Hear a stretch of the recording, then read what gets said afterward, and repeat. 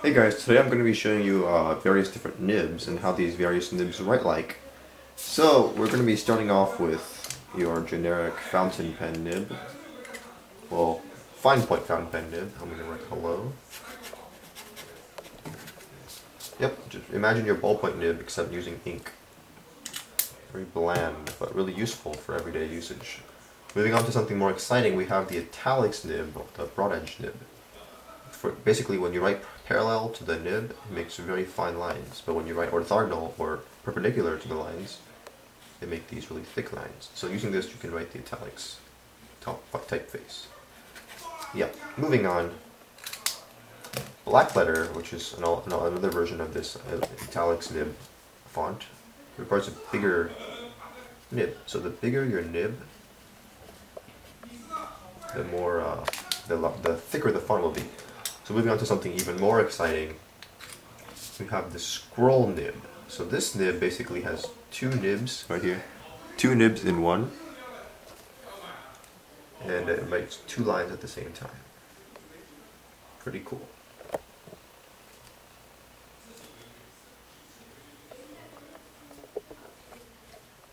Yeah.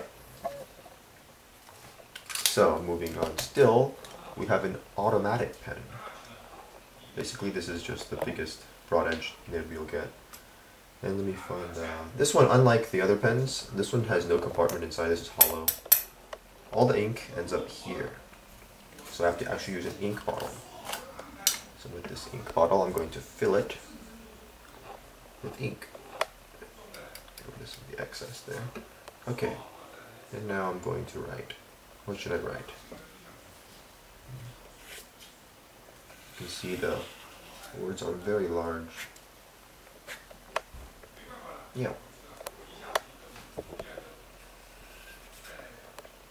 Okay, let me get rid of all these excess ink here. Okay. Moving on still, we have a fountain pen with a flexible nib.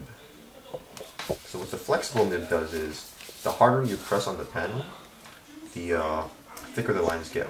So, without any pressure, the pen writes like this. But when I write thicker, when I press down, it becomes thicker. So with this, you can achieve a little bit of copperplate. Right here.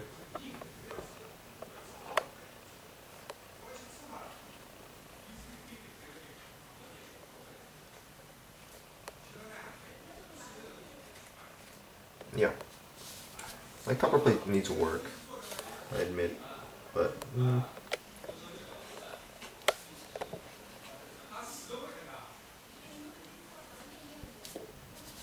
yeah. So this is also convenient since true copperplate, which I will show you, requires a dip pen. Where's my oblique nib? Here it is. And now we need a nib. So I usually go with the Gillet nib right here, the Gillet nib.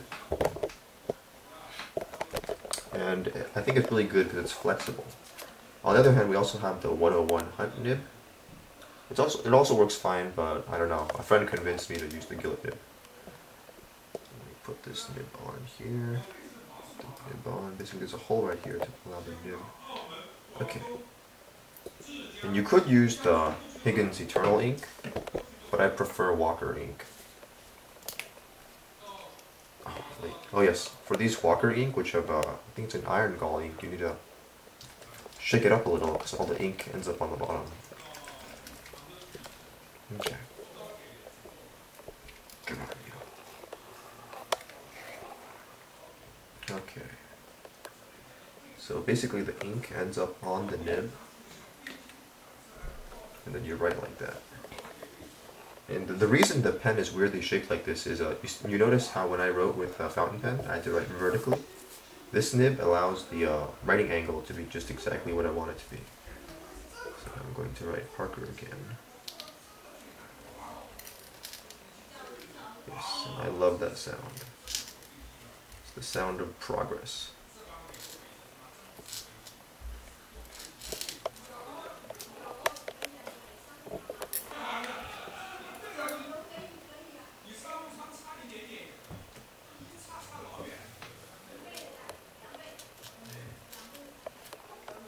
Spelled it wrong. Yay. Let's try that again.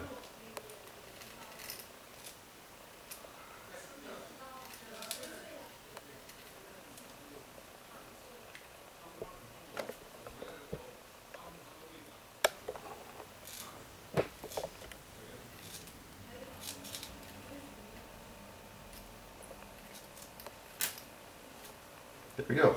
The oblique nib. Basically same thing as the fountain pen. Just the harder you write, the harder you push, the thicker the lines. Okay. Oh yes, for these nibs you should always wipe them off with a wet towel. Otherwise the ink will corrode the nib. Okay, let me cap this guy here. I also heard it's not good to store the nib on the holder, so take that off. Okay. Moving on. We just have some. Finally, we have some oblique nibs that also work with dip pens. These are preferred over fountain pens because the metal ones here they can make really thick lines and very thin lines. Let me just write something here. What should I write? No idea what to write. Oops. Let's write something in italics.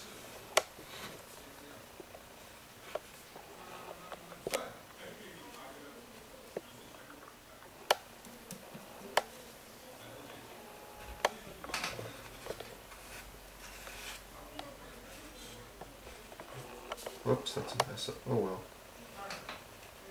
I love this Google style G.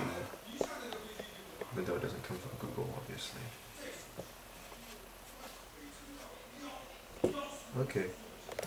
That about sums up all the nibs there are. Maybe I'll do a tutorial on actual handwriting.